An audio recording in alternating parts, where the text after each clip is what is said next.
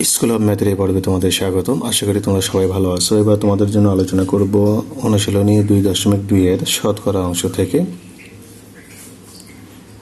শতকরা তাহলে কাকে বলে? শতকরা অর্থ হলো যে প্রতি শতে বা প্রতি 100-তে। তো শতকরা এটা একটা ভগ্নাংশ বা অনুপাত। তো সেক্ষেত্রে আমরা এখানে শতকরা চিহ্ন যেটা ব্যবহার করি গাণিতিক প্রতীক হিসাবে, এটা হলো আমাদের শতকরা চিহ্ন। এটা সমান আমরা লিখতে পারি 1/100। তো আমাদের এখানে 1 নম্বর প্রশ্নে যেটা বললো যে শতকরা প্রকাশ করতে হবে, তার মানে আমরা 1-এর কতে যে ভগ্নাংশ পেলাম সেটা হলো 3/4। এটাকে যদি শতকরা প্রকাশ করি আমরা এটা দুইভাবে করতে পারি। এক হলো সরাসরি আমরা 100% দিয়ে গুণ করতে পারি, 100% দিয়ে গুণ করতে পারি। তো এখানে গুণ করার পর তুমি যদি কাটাকাটি করো, 4 দিয়ে 100-কে কাটলে হবে 25, তাহলে 3 25 75 এত %।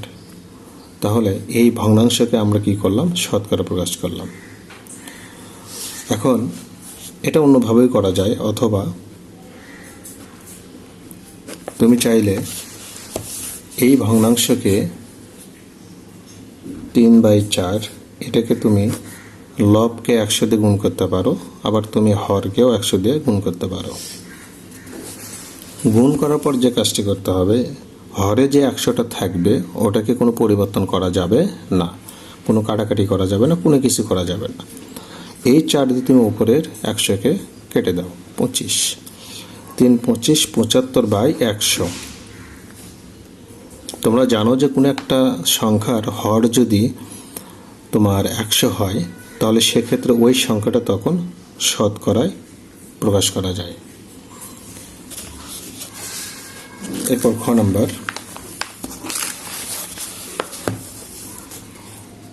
নম্বরে যেটা দেওয়া হলো সেটা হলো 7/15। তাহলে এটাকে আমরা সরাসরি 100 দিয়ে গুণ করতে পারি, 100% দিয়ে গুণ করতে পারি। 100% গুণ করলাম, তো কাটাকাটি করো, 5 দিয়ে কেটে দাও, 3 5 15, 5 20 100।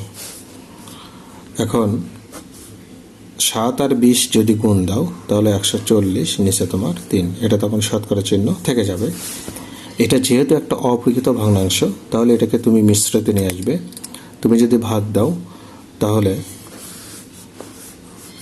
3 দিয়ে ভাগ দাও 140-কে, তাহলে 140-এর ভেতর 3 কতবার যাবে? 4 বার যাবে। 3 4 12, 20-এর ভেতর 3 6 18 থাকবে 2।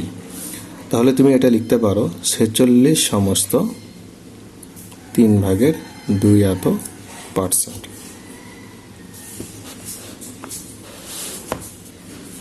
এরপর গ নম্বর যেটা দেওয়া হলো 4/গ নম্বর, 4-এর নিচে তোমার 5, অর্থাৎ 5/4 এটাকে তুমি শতকরায় নিয়ে আসবে। তাহলে 4/5 গুণন 100%, 100% দিয়ে গুণ দিলাম, কেটে দাও, তাহলে 5 20 100, 4 2 8 80%। এরপর ঘ নম্বর,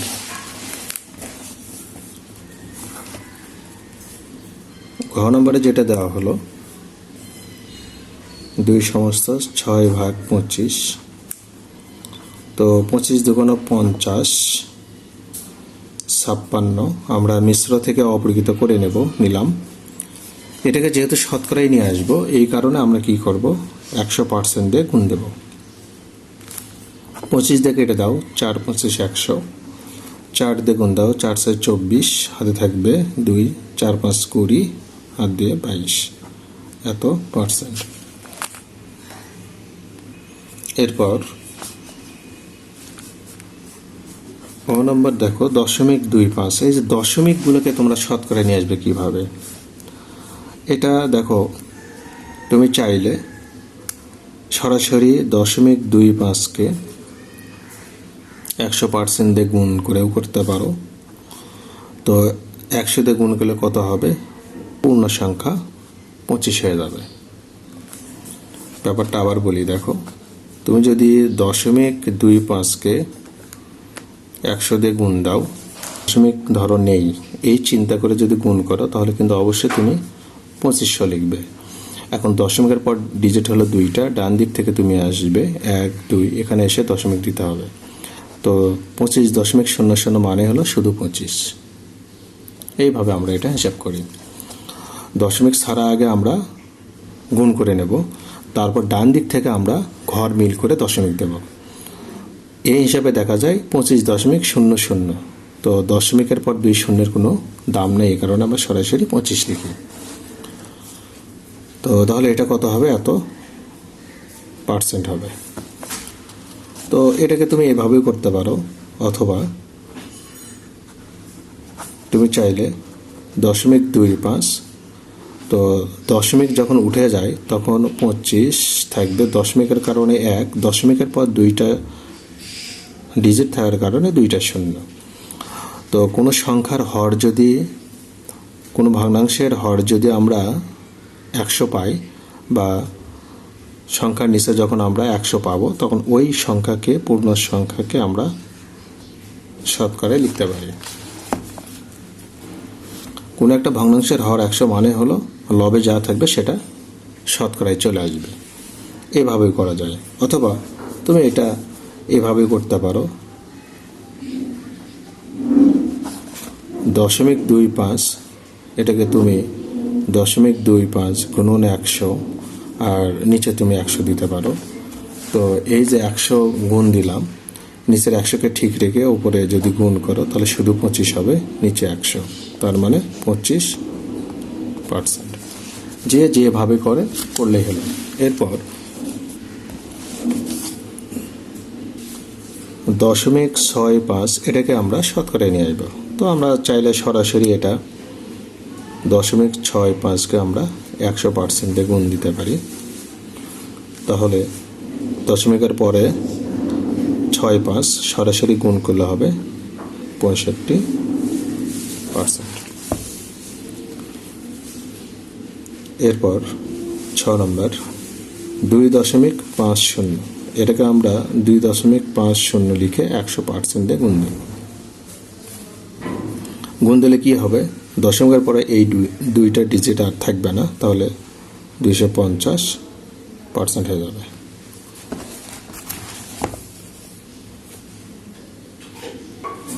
এরপর 3:10, এটাকে আমরা কিভাবে সাজাবো?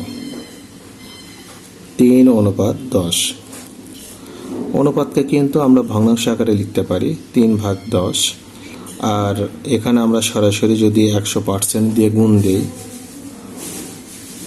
তো কাটাকাটি করো, এখানে 10, তাহলে কিন্তু 3×30% লেখা যায়। তারপর 6 নম্বর, এখানে 12:25, তো 12:25কে আমরা ভগ্নাংশ অনুপাতকে আমরা ভগ্নাংশ আকারে লিখতে পারি 12/25, এটা তোমরা জানো। তো এটাকে 100% দিয়ে সরাসরি গুণ দাও, 4×25 100, 4×12 48, এত %। সাধারণ ভগ্নাংশ দশমিক ভগ্নাংশে প্রকাশ করতে হবে। তোমাকে এখানে শতকরাই দেওয়া হলো, এগুলো কি তুমি সাধারণ ভগ্নাংশে আনবে এবং দশমিক ভগ্নাংশে, দুইভাবে তোমাকে দেখাতে হবে। 2 ক 45%। এখন শতকরা যখন উঠে যাবে তখন কিন্তু হরে 100 লিখতে হয়, কারণ তোমরা জানো শতকরা মানে হলো 1-এর নিচে 100। এখন তুমি কাটাকাটি করো, 5×45, 5×20 তো তাহলে তুমি পাবে কত? 9/20। এটা হলো সাধারণ ভগ্নাংশ। এখন 20 দিয়ে যদি তুমি 9কে ভাগ দাও তাহলে কত হবে? তাহলে 0.45 আসবে। এখন তুমি হয়তো বলতে পারো ভাগটা কিভাবে? তো ভাগ দাও, যাবে না, দশমিক দাও, শূন্য নাও, 4 বার যাবে, 80, 0 1, একটা শূন্য আসবে, 100, তাহলে 0.45। এখন তোমাকে লিখতে হবে, অতএব সাধারণ ভগ্নাংশ ভগ্নাংশ হলো তোমার 9/20, এটা হলো সাধারণ ভগ্নাংশ। আর তোমার দশমিক ভগ্নাংশ চাইছে, তাহলে তুমি দশমিক ভগ্নাংশ লিখবে 0.45। খ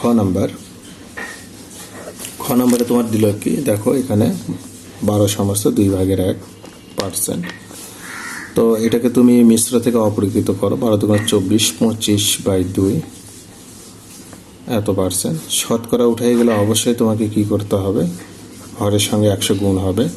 4×25 = 100, তাহলে উপরে 1 থাকে, 1/8। এটা হলো সাধারণ ভগ্নাংশ।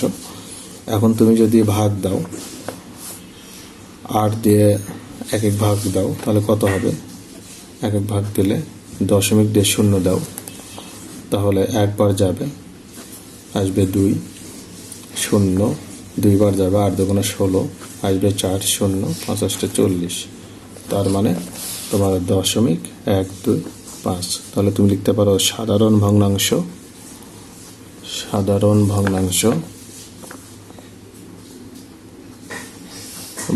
হলো তোমার 1/8, আর দশমিক ভগ্নাংশ হলো তোমার 0.125। এরপর গ নাম্বার, তোমার 37 সমস্ত 2/1 তুমি আগে অপরিকৃত করে নাও। 7 × 14 = 15, 5 3 × 6 = 75 এত পার্সেন্ট। তাহলে শতকরা উঠাই দিলে অবশ্যই তোমাকে এই হরের সাথে 100 গুণ হবে, করে 75। 5 15 25, 3 25 75, আর হলো 4 25 100, তাহলে 3/8। এখন এবার তুমি তাহলে ভাগ দাও। 8 দিয়ে যদি ভাগ দাও 3-কে, তাহলে দশমিক দিয়ে 0 নাও। 3 × 8 = 24, 6 0 7 × 8 = 56, 4 0 5 × 8 = 40, তাহলে তোমার আসবে 0.375। তাহলে তুমি লিখতে পারো অতএব সাধারণ ভগ্নাংশ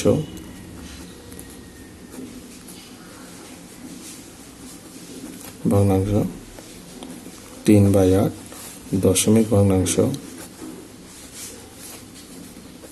0.375। এরপর ঘ নাম্বার, 11 সমস্ত 1/4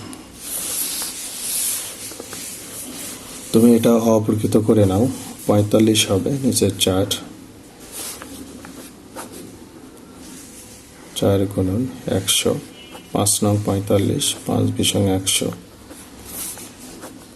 9/80। তাহলে এটা সাধারণ ভগ্নাংশ পেলাম। এটাকে তাহলে দশমিকে আনা যায় কিভাবে? তো সরাসরি ভাগ দাও। 80 দিয়ে যদি তুমি 9-কে ভাগ দাও, যাবে না। দশমিক দিয়ে একটা 0 নাও, একবার যাবে। দশমিকের কারণে একটা 0, তাও একবার যাবে। 100-র ভিতরে 80 একবার যায়, তাহলে 2 0 নাও। 8 2 × 16, তাহলে 4 0 400 হলো। তাহলে এখানে 5 দাও, 5 × 8 = 40, তাহলে তোমার 0.1125। তাহলে আমরা যেটা পেলাম, সাধারণ ভগ্নাংশ হলো 9/80, আর দশমিক ভগ্নাংশ হলো 0.1125।